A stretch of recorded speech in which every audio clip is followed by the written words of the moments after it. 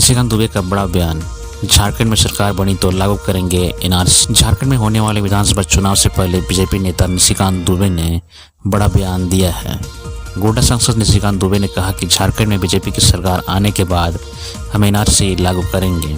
उन्होंने कहा कि संथाल परगना में आदिवासियों की आबादी 45% थी, लेकिन जनगणना के अनुसार अब 28% रह गई है। निशिकांत दुबे यही नहीं रुके, उन्होंने राज्य में मुस्लिम की बढ़ती आबादी पर सवाल खड़ा करते हुए कहा कि पहले राज्य में 9% मुस्लिम आबादी थी, जो कि अब बढ़कर 24% हो गई है। देश में मुस्लिम आबादी दर में 4% की वृद्धि हुई, तो संथाल परगना में मुस्लिम आबादी में 14% की वृद्धि कैसे हुई। निशिकांत दुबे ने कहा कि यह देश के सभी धर्मों के लोगों का है, बांग्लादेशियों और पाकिस्तानियों के लिए यह कोई जगह नहीं। जेएसएससी सीजीएल परीक्षा रद्द करने के लिए हाईकोर्ट में जनहित याचिका दायर। झारखंड कर्मचारी चयन आयोग द्वारा आयोजित जेएसएससी सीजीएल परीक्षा में धांधली का आरोप लगाते हुए एक अभ्यर्थी ने हाईकोर्ट में जनहित याचिका दायर की है।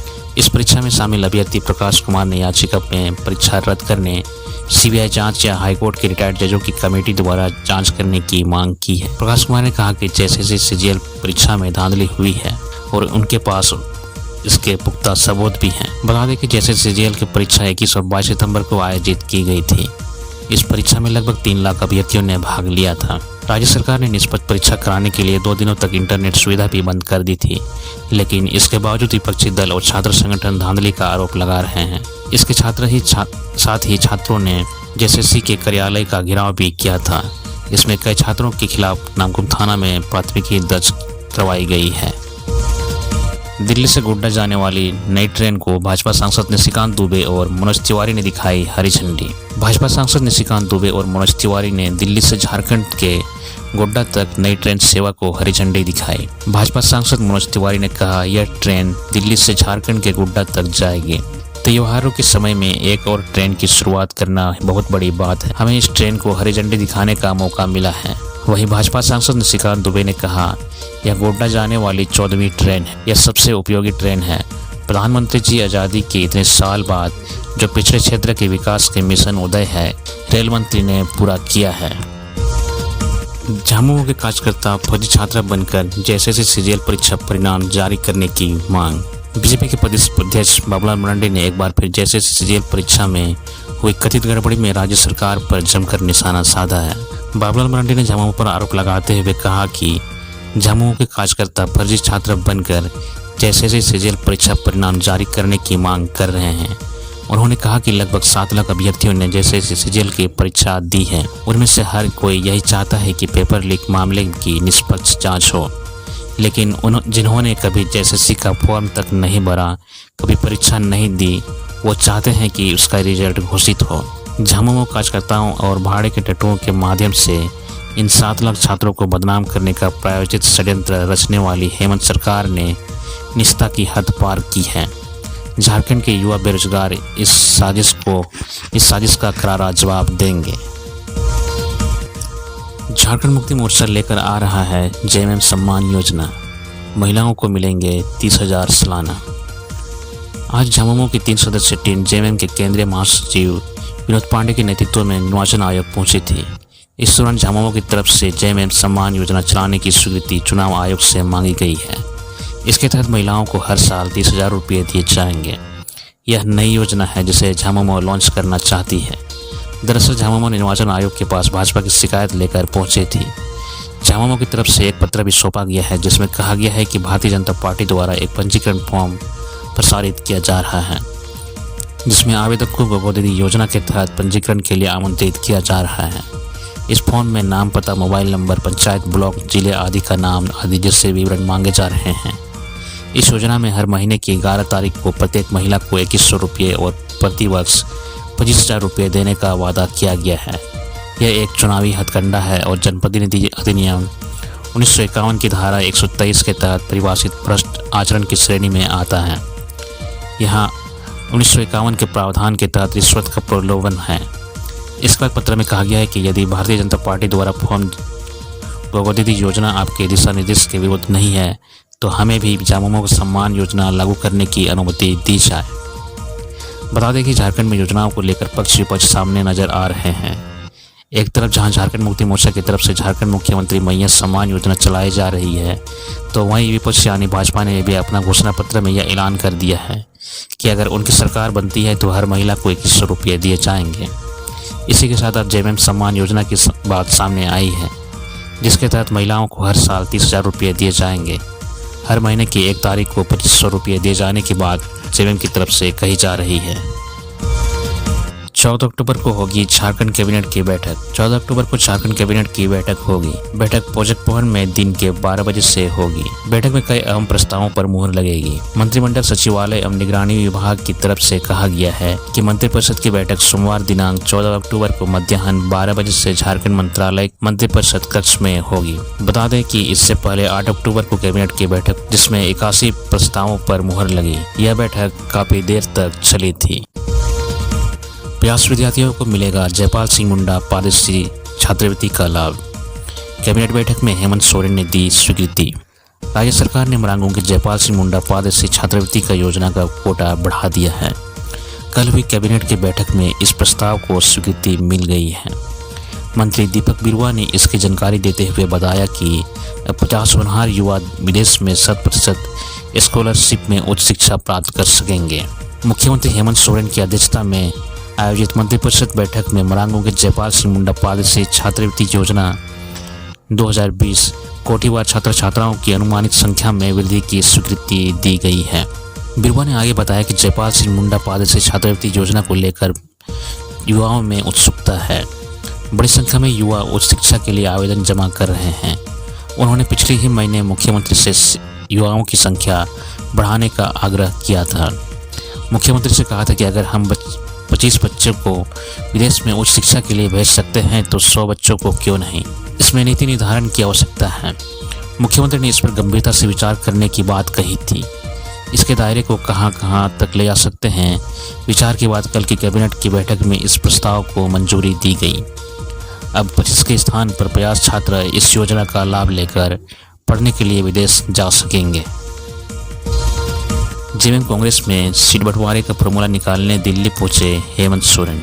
झारखंड के मुख्यमंत्री हेमंत सोरेन दिल्ली रवाना हो गए हैं। दिल्ली पहुंचते ही वह कांग्रेस के राष्ट्रीय अध्यक्ष मल्लिकार्जुन खड़गे के आवास उनसे मिलने पहुंच गए। बताया जा रहा है कि इंडिया अलायंस की सीट में का क्या फॉर्मूला होगा, इसी मसले पर बात करने के लिए मुख्यमंत्री हेमंत सोरेन कांग्रेस के राष्ट्रीय अध्यक्ष के आवास पर पहुंचे हैं। फिलहाल मुख्यमंत्री हेमंत सोरेन और खड़गे के बीच बातचीत चल रही है। बातचीत के बाद ये साफ हो पाएगा कि आखिर झारखंड विधानसभा चुनाव में झामुमो कांग्रेस, राजद और माले कितने सीटों पर चुनाव लड़ेगा। जेएमएम ने बीजेपी के मिला क्या कैंपेन के बदले शुरू किया कब दोगे अभियान। भाजपा के मिला क्या कैंपेन के जवाब में झामुमो ने भी अपना अभियान दिया है। उन्होंने इसके लिए कब दोगे अभियान चलाया है। रांची से लेकर राज्य के सभी प्रमुख शहरों में यह पोस्टर लगाया गया है। इसमें लिखा गया है कि 1.36 करोड़ रुपये कब दोगे।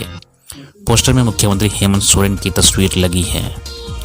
पार्टी के सूत्रों ने बताया कि रांची के सभी प्रमुख चौक चौराहों में ये होर्डिंग्स लगाए गए हैं। साथ ही जमशेदपुर, धनबाद, गिरिडीह, हजारीबाग, देवघर, दुमका आदि शहरों में भी ये होर्डिंग्स लगाए गए हैं।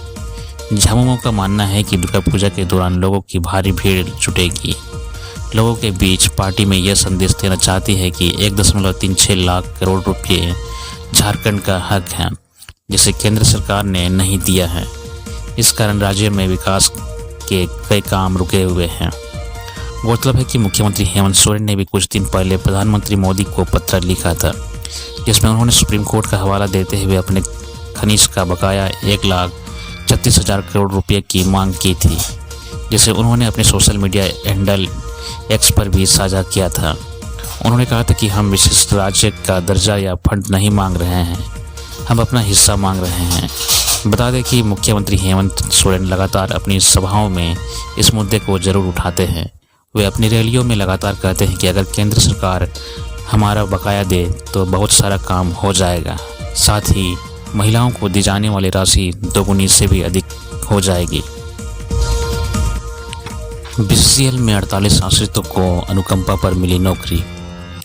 कोयलानगर स्थित सामुदायिक भवन में मंगलवार को आयोजित शिविर में वर्ष 2011 से लेकर 2022 तक के विभिन्न मामलों में अनुकंपा नियोजन और आर्थिक मुआवजा दिया गया। कार्यक्रम की अध्यक्षता करते हुए बीसीसीएल के सीएमडी समीरन दत्ता ने 48 लाभार्थियों को नियुक्ति पत्र सौंपा। 2 मामलों में आर्थिक मुआवजा प्रदान किया गया। मौके पर सीएमडी श्री दत्ता ने कहा कि हम अनुकंपा नियोजन के साथ के माध्यम से बीसीसीएल के पुराने परिवारों को फिर से कंपनी के साथ जोड़ रहे हैं। पिछले 5 वर्षों में 2300 मामलों में से 2000 से अधिक मामलों में अनुकंपा नियोजन दे दिया गया है।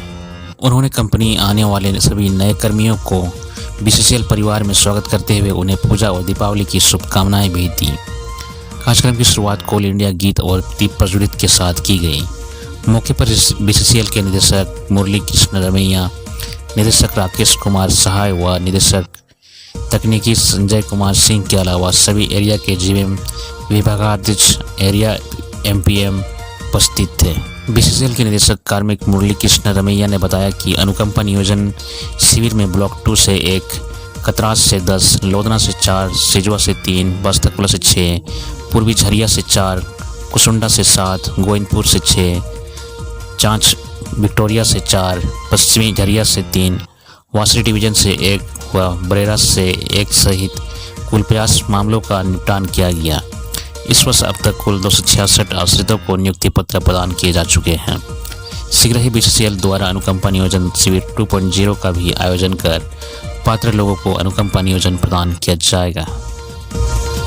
तालाब में गिरा अनियंत्रित ऑटो, मौके पर चालक की हुई मौत। लोहरदगा के सेना थाना क्षेत्र में एक दर्दनाक सड़क हादसा हुआ। इसमें ऑटो चालक वीरेंद्र मांझी की मौत हो गई। ऑटो अनियंत्रित होकर तालाब में जा घुसा, जिससे चालक की मौके पर ही मौत हो गई। मृतक वीरेंद्र मांझी गुमला जिले के घाघरा थाना क्षेत्र के चामा चमेली गांव का निवासी था। वह अपने फूफा के घर से वापस अपने घर जा रहा था, तभी कंडरा के डोबर डाणी के समीप ऑटो अनियंत्रित हो गया और तालाब में जा घुसा। घटना की सूचना मिलने के बाद पुलिस मौके पर पहुंची। इसके बाद स्थानीय लोगों की मदद से किसी तरह वीरेंद्र के शव को तालाब से बाहर निकाला गया। पुलिस ने शव को कब्जे में लेकर पोस्टमार्टम के लिए लोहरदगा सदर अस्पताल भेज पुलिस पूरे मामले की जाँच कर रही। गोड्डा में चेक डैम में नहाने गए 2 दोस्तों के डूबने से मौत, तीसरा बाल बचा। गोड्डा जिले के महागमा अनुमंडल क्षेत्र के हनवारा थाना की दिग्गी गांव के भेना नदी के चेक डैम में स्नान करने के दौरान 2 दोस्तों की डूबने से मौत हो गई। एक साथ 3 दोस्त स्नान करने गए थे। तीनों साथी पानी की तेज धार में डूबने लगे। इसमें से एक साथी ने तैरकर अपनी जान बचा ली, जबकि 2 युवक पानी में डूब गए। डूबने वालों में 18 वर्षीय हिदायत आलम और 17 वर्षीय जिसन आलम के नाम शामिल हैं। इस घटना के बाद बड़ी संख्या में 4 गांव शीतल, नाकी, दिग्गी व घोरगावा के नौजवान गोताखोर शव को ढूंढ रहे हैं। गोताखोर द्वारा हिदायत नामक एक युवक का शव पानी से बाहर निकाल लिया है। फिलहाल जिसन आलम का शव तलाश की जारी है। बुजुर्ग को समय पर नहीं मिल सका एम्बुलेंस, रास्ते में निकल गई जान। रांची के मोराबादी इलाके से बेहद दुखद खबर सामने आई है। एक मरीज को सही समय पर एम्बुलेंस न मिलने की वजह से उसकी मौत हो गई। मिली जानकारी के मुताबिक मरीज की मौत हार्ट अटैक की वजह से हुई। दरअसल मरीज को अचानक दिल का दौरा पड़ा। लोगों ने फौरन एम्बुलेंस को कॉल कर बुलाने की कोशिश की। समय पर एम्बुलेंस नहीं पहुंच पाने से मरीज की इलाज के अभाव में मौत हो गई। स्थानीय लोगों ने बताया कि करमटोली चौक के पास एक बुजुर्ग व्यक्ति की अचानक तबीयत बिगड़ने लगी, जिसे देखते हुए सरकार द्वारा संचालित मुफ्त एम्बुलेंस सेवा 108 पर कॉल किया गया। लेकिन इस दौरान मरीज की तबीयत बिगड़ने लगी, उसे दिल का दौरा पड़ने लगा। एम्बुलेंस पहुंचने में देरी हुई तो लोग पीड़ित को ऑटो से नजदीकी अस्पताल में ले जाने लगे। मरीज की हालत गंभीर होने की वजह से उसे रास्ते में ही उनकी मौत हो गई।